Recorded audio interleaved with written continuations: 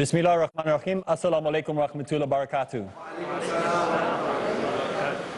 We welcome all our international guests from all over the world to another exciting episode of Dawah Ilallah, as we discover a way that we can present Islam based on the Sunnah and based on what the Quran actually teaches, and not our own wisdom and our own ideas.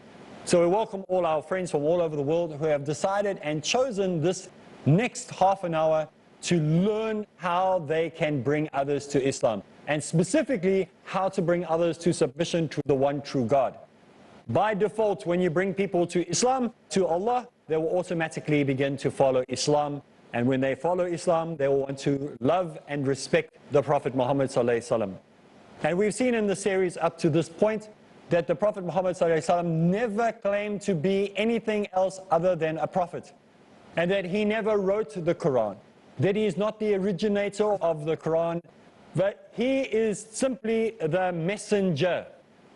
And so we have seen throughout history that many of the books have been distorted. They have been corrupted in one way or the other, with additions or deletions or whatever have been altered. The texts have been altered because people began to worship the messenger instead of the message, or the one who sent the message. So they start to worship the messenger, the voice. That's the one they worship, instead of following the one who actually sent the message in the first place. And this is where they all went wrong. If you think of every religion in the world that has gone wrong, the person who gave the message, who gave the declaration, is the one that they started to worship, or turn into a demigod, or turn into a god of some sort, somewhere along the line. And may Allah guide them back to the truth. May Allah guide you and give you the guidance that you need and that you require to come back to Islam properly, and to take your shahada all over again, and to declare that there is no other God worthy of worship other than Allah, and that Muhammad is simply a messenger of Allah. So may Allah guide you to that truth.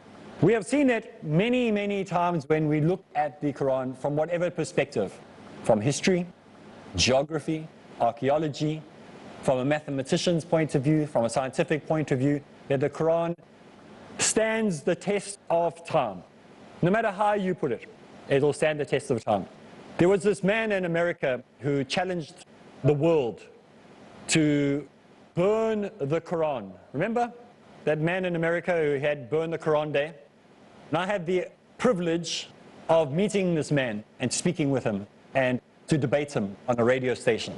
And he said that he has found the Quran guilty of charges of heresy. And I said to him, well, if we're going to have a trial and you found the Quran guilty of lying, then we need to put your book on trial at the same time.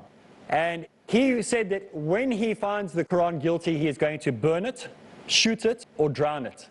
That was the sentence that he was going to put on the Quran. That was what he said. He's a crazy. He's a nutcase, and from America. And I said to him, fine, we'll have a proper trial. Then we have to have lawyers and judges and everything. And of course, he refused to do that. So all he made is made wild accusations. But when we actually took him down to it and said, fine, let's put these two books on trial.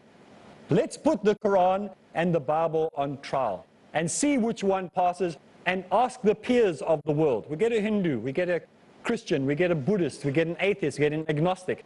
Let them sit in the jury seats like you're sitting now. Let's see what actually happens. Of course, he refused to do that because he knew that it would not stand the test of time.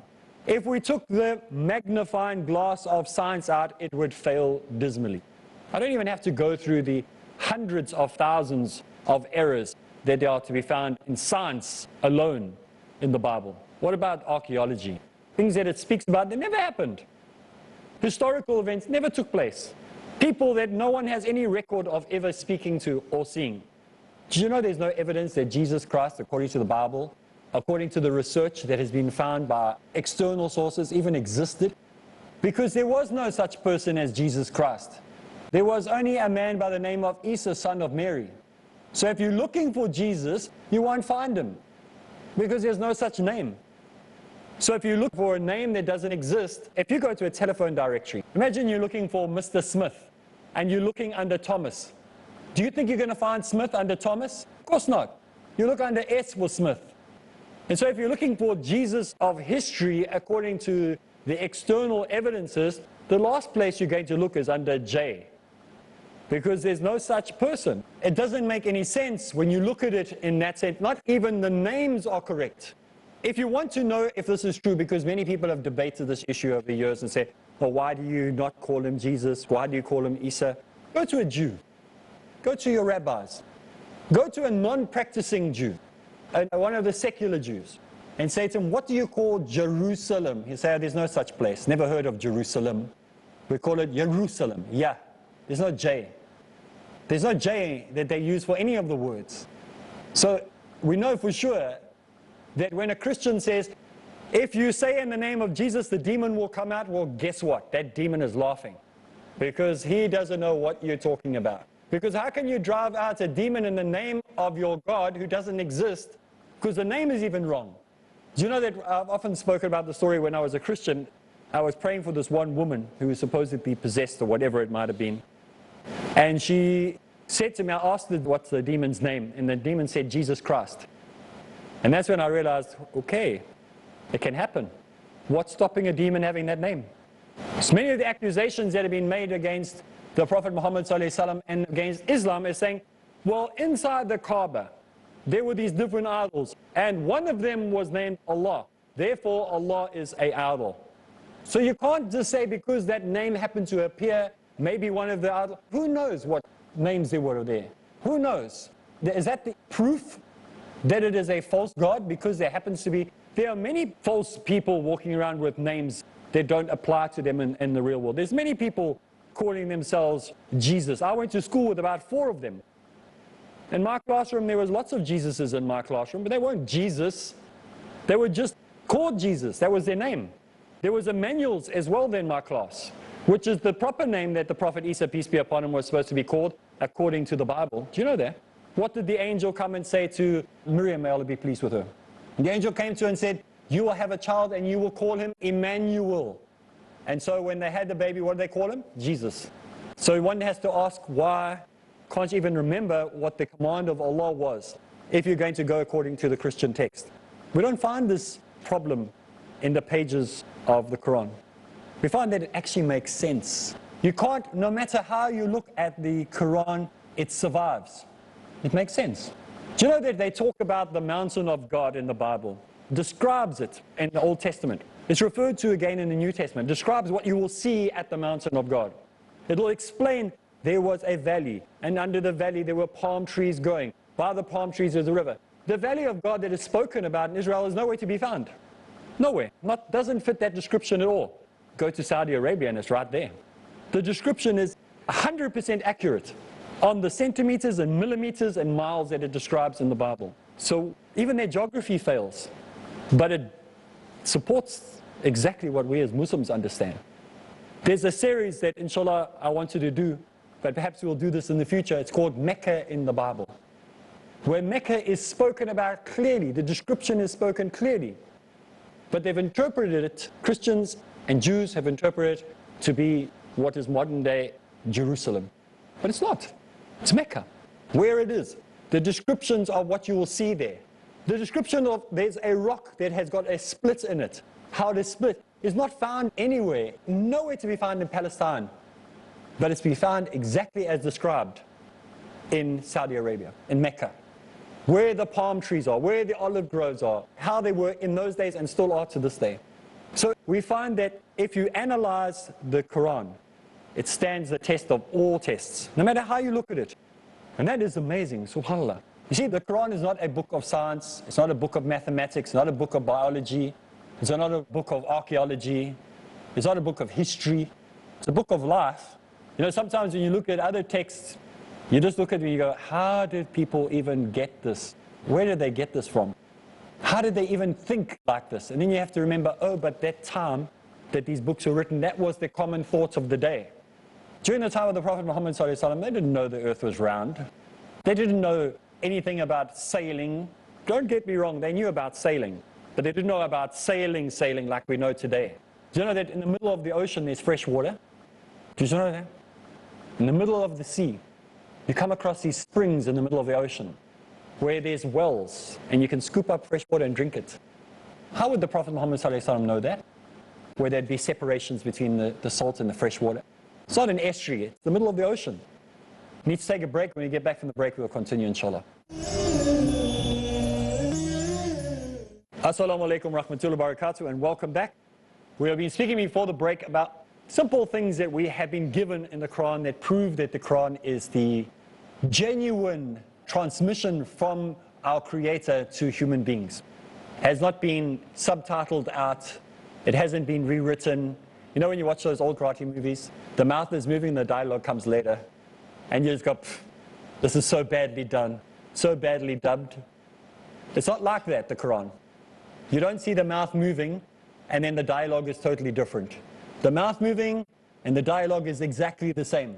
You don't have to go, okay. You go, oh, all right. You accept it because it makes sense. It's perfect sense.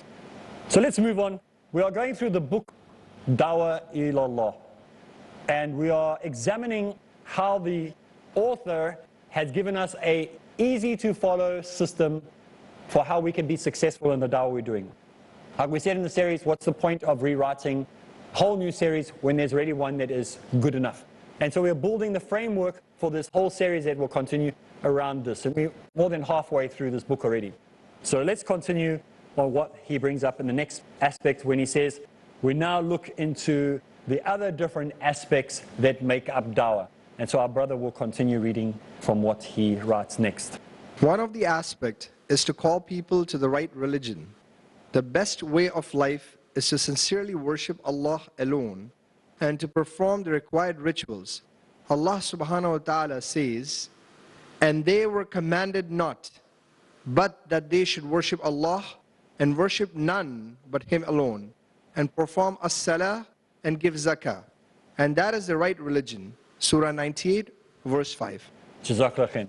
So another important point that we have to follow in dawah is to inform people that the Prophet Muhammad ﷺ was this founder of this new belief system that we have in the world today. His job was to tell people about what this belief system was, and that there is only one belief system acceptable to Allah. There's only one structural system that Allah will accept, and that is Islam. It's not a building, it's not a temple, it's not a shrine, it's Allah. So he's calling people to turn away from all the things that you associate with God. Do you understand that? Not just names that you associate, but things that you associate. People associated the temple as God. So they go to the Jewish temple and think God lived there. Some people say when they're talking, and we must be cautious what we are saying, we are going to the house of God. He does not live there. God is out of His creation. He's not confined to a spot. You understand? So when we say words like the Christians often say, I'm going to the house of God now, He does not live in the church. He doesn't stay in the temple. So Allah is saying that He is establishing this belief system that they are to worship only Allah, not in a house, not in a place. That's why we have been given every place on earth as a place of worship. You know the Christian, when he wants to worship, where does he go? He goes to the church. When a Jew wants to pray, he has to go to the synagogue. When we want to pray, anywhere we want. The whole world has been given to us as a place of worship to go pray to Allah, because we don't have to go to a structure. It's good to stand together as a ummah and pray together as one body. But if you can't, you can do it anywhere you like. In South Africa, we are only 3% Muslim. And I always talk about South Africa because that's where I'm from. I can't talk about other countries because I don't know as well as that. You cannot find a hospital, you cannot find a police station, a military base, a shopping center that does not have a prayer room. Can't find it. How did this happen? We're so few. Because we demanded it. We said to the people, you want to keep Muslims coming into your building? You want to have Muslims coming to your shopping center? You want Muslim business at your hospital? Then you better build a prayer room. At the airports, they've got prayer rooms. Tiny little holes where you can put 2 or 3 people in. A nice, decent size. You see, if you don't ask, you don't get. And if you don't put your foot down, no one's going to take you seriously. So you have to be strong and make sense to the people. In South Africa, we went to the businesses. Lots of the big businesses, like the franchises. No, like the fast food franchises. who went to the fast food franchises and said, we want halal food in your franchises. And they looked at us and said, well, we are such and such a franchise, we don't do halal. Well, they said, well, you better start doing halal. Otherwise, you're not going to get business. And what did they do? They made it halal, and they changed. Big companies, big name brands. So you'll find almost impossible to find not a halal name brand in South Africa, one of the big chains. All halal. 3% made it possible. So how did they do that? Because they believed that they are following the one true religion. When we had problems, who did we go to? We went to our Jewish brothers. And we said to them, listen, you and I are on the same boat. You kosher, we halal. Let's work together. Let's make sure all the shopping centers have halal and kosher meat available for those people who eat meat. And so they did that. So you can go to all the shopping centers, and you can go to all the name brand shopping centers where they have supermarket chains, and there's a halal section, even if it's just as small as this table. It's got halal meat. It's a step. So this is how you establish the religion of Islam where you are. You make a stand. You make it known to the people that if you follow Islam, it will be beneficial. Not just financially, not just spiritually, but in every avenue. And so this is what we see, the importance of dawah is to inform people of the Prophet Muhammad ﷺ, inform about Allah, and inform them about Islam. Islam is about these things that can benefit them, because Islam is a belief system that incorporates halal food, incorporates good business practices. I've told you already, have I told you already? I'm sure some of you at home already have heard this, that every bank in South Africa has a Sharia department. We're only 3%. Yet, there's a Sharia department in every bank. So you can have your card in that. You know how many Christians have moved their accounts to the Sharia department? They're in the same bank, but they've got a Sharia compliant department. You get a different card. You get different credit. You get everything's different to the normal banking. They all went over to the Sharia department. The government sends their ambassadors. The ambassadors would be accounting department, public affairs, welfare. Who do they send them to? They send them to the Muslims and ask the Muslims, give us advice on how we can make this more successful. They're not sending him to the Christians. They're not sending him to the atheists. They're not sending him to the Communist Party. South Africa is the only country in the world that still has an active Communist Party. It's the leading party of our government. But it starts off with a prayer. So it's a different type of communism. Communists are supposed to be anti-religion. Our government supports religion. Islam has more rights in South Africa than any other religion. Why? Because we established Islam there. Because we took dawah seriously.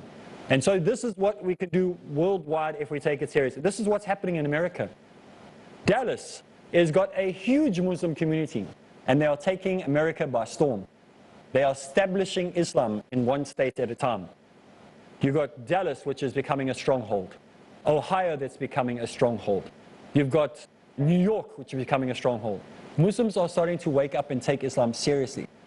And so this is what we see when we read in this narrative, that we have to follow the message that the Prophet Muhammad ﷺ gave us, that we need to establish Islam in the lives of the people.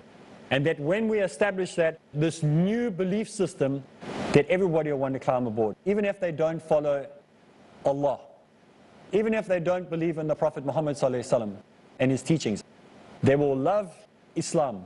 It's an entrance into the community. Even the Christians who say, we don't believe in you, or your belief about the Prophet Muhammad ﷺ. We don't believe in Allah, but we love Islam. That's what they tell us in South Africa. The rabbi who is right where I live, a few meters from where I live, I see him. I speak to the head of the kosher section. Almost every day I see him. He's there. He says, one thing I do is I love Islam. I don't agree with what you say, but I love Islam. You see what we can do? We can establish that our job is not to only convert people to Islam. It's also to give them a positive reflection and attitude towards Islam. Allah calls people who He wants. Our job is simply to present Islam. And our first job is to present Allah, the Prophet, and the religion, the belief system. They can choose what they want to do with that. When we look at the relationship between the early Muslims and the church, very different to today. Why was that relationship so close at that time? Because Christianity looked nothing like it does now. Those Christians were not like the Christians of today. That's why sometimes you can get confused when we see verses. where it said you can marry people of the book, you can marry. It's different now because they are committing out and out shirk now. But in those days, it wasn't established as it is today. There was no Trinity running around. Very few had established the Trinity into their religion. Some of them had, some of them believed, but there were a lot of them that weren't. So Christianity was very different to the way it is now. But Allah has given the message to all people of all the world. Dawah and the message of Islam is not just for Muslims, it's for the whole of humanity. Sharia is not just for Muslims, it's for the whole of humanity, if they want to agree with Islam or not. Justice has been not just for Muslims, it's for the whole of humanity. So when we take the message, it's true what it says on Peace TV, the solution for humanity.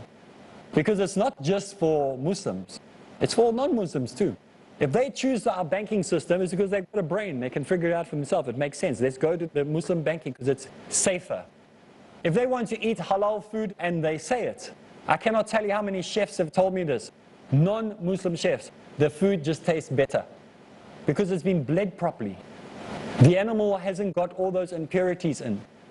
In my area where I live, I've told you this before, no one eats pork. I think they're going to come and put me down one of these days.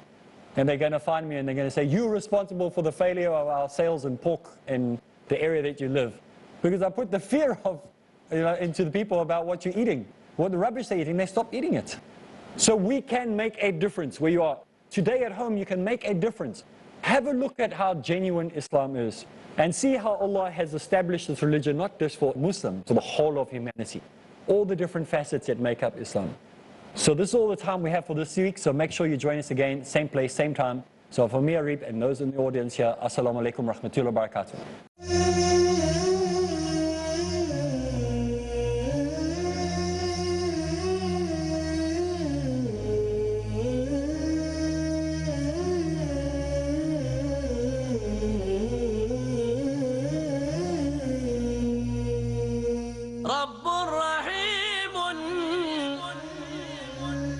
مشفق متعطف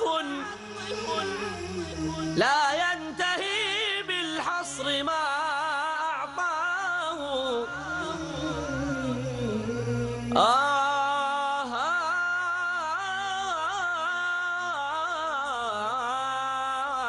رب رحيم مشفق